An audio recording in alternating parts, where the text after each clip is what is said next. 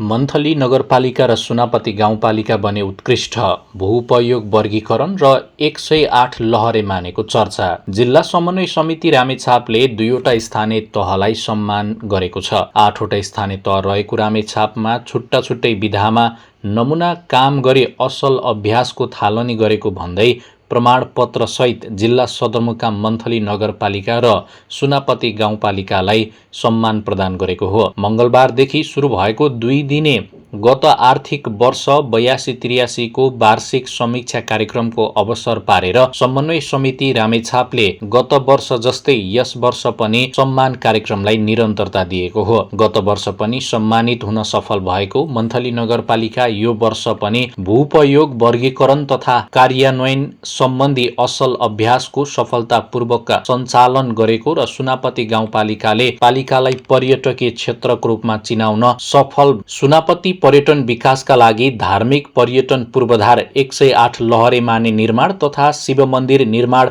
सफल कार्यान्वयन गर्न सकेकोमा प्रशंसा गर्दै पुरस्कृत गरेको जिल्ला समन्वय अधिकारी डिग बहादुर कार्कीले उद्घोष गर्नुभयो।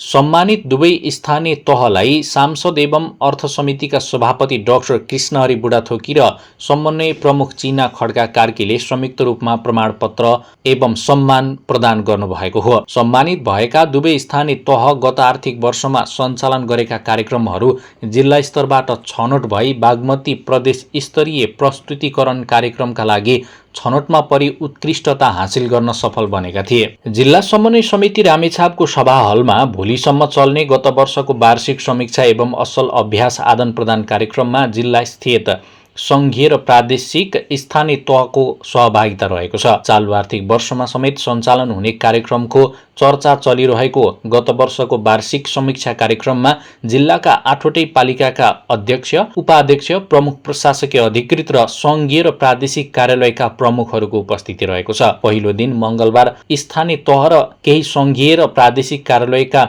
कार्यालयहरूले गत आर्थिक वर्षमा सञ्चालन गरेका वार्षिक कार्यक्रमको समीक्षा चर्चा गरियो भने भोलि बुधबार दुवै दिनका कार्यक्रमको सवाल जवाफ र अन्तर्क्रिया सहित समापन हुने जिल्ला समन्वय समिति रामेछापले जनाएको छ।